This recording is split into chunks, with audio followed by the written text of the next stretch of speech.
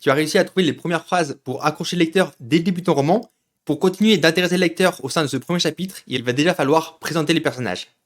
En gros, il faut directement que tes lecteurs soient investis avec leurs personnages. Pour ça, tu as plusieurs façons de faire. Tu peux directement créer de l'empathie avec ce personnage, par exemple en le montrant en train de faire quelque chose de gentil, ou tout simplement le placer dans une situation que le lecteur a vécue, dans laquelle il peut s'identifier. Tu peux également montrer un défaut du personnage, ainsi que la tension qui en résulte, et faire comprendre au lecteur que quelque chose va changer, que quelque chose doit changer. Et enfin, tu peux montrer les motivations de ton personnage, et faire en sorte que ce qui intéresse le personnage intéresse également le lecteur.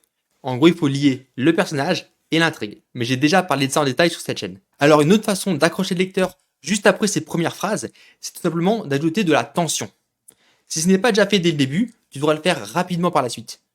En gros, il faut que le lecteur soit vraiment scotché à son livre et qu'il se demande qu'est-ce qui va se passer ensuite. Et ça justement, c'est de la tension. On veut savoir ce qui va se passer. Comment est-ce que ça va se résoudre? Allez, je prends l'exemple de Détroit Become Human. Je suis carrément à fond dessus en ce moment. On rencontre Kara, une androïde, et en fait, on se rend vite compte qu'elle est possédée par un humain qui est violent et qui l'a battue, tout en montrant les émotions de cette androïde. Et donc, même si on ne le voit pas, et que c'est juste sous-entendu, ça crée directement de la tension, et on a une sorte de malaise de putain, qu'est-ce qui va se passer? Ça va être horrible cette histoire. Et oui, bon, c'est pas tout, mais si tu veux que le lecteur lise ton livre, il va aussi falloir te démarquer, montrer en quoi tu es différent des autres. La première façon, la plus évidente, et celle à laquelle tu vas sans doute penser, c'est le style. Et oui, avoir un style personnel, ça va aider à différencier ton œuvre. Un style très prononcé, ça va polariser. Ça veut dire qu'il y a des gens qui vont adorer, des gens qui vont détester. Mais ça peut être une bonne chose, tu n'as pas forcément envie de plaire à tout le monde. Un style plus neutre va moins éveiller les passions, mais du coup ça ne sera pas un atout pour directement accrocher certains lecteurs. En gros, tu as une audience plus large, mais un peu moins investie. Une autre chose pour se démarquer, c'est la voix du personnage. En gros, si tu écris avec un point de vue interne, donc en gros, se placer dans la tête d'un personnage pour raconter les récits, et bien du coup, la façon dont il va parler, la façon dont il va décrire ce qui l'entoure, va être différente que si c'était un autre personnage.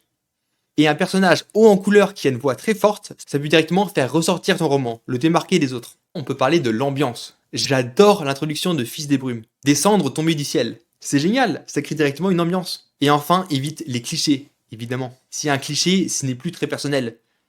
Par exemple, si une aventure de fantasy commence dans une taverne avec un aventurier, un guerrier nain, un mage et une elfe archère, je referme le livre. Je ne peux pas. À part si c'est parodique, hein. Le Donald Bug, c'est très drôle.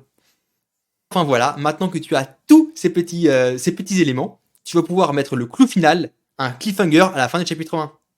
Un cliffhanger, ou littéralement s'accrocher au bord d'une falaise, c'est un procédé qui consiste à finir un chapitre sur un moment de suspense ou une révélation inattendue, pour inciter le lecteur à en savoir plus.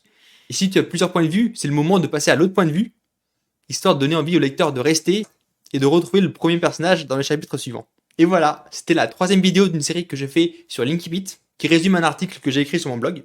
Tu peux retrouver la playlist juste ici, et l'article en commentaire épinglé. C'est tout pour moi, et d'ici la prochaine, porte-toi bien!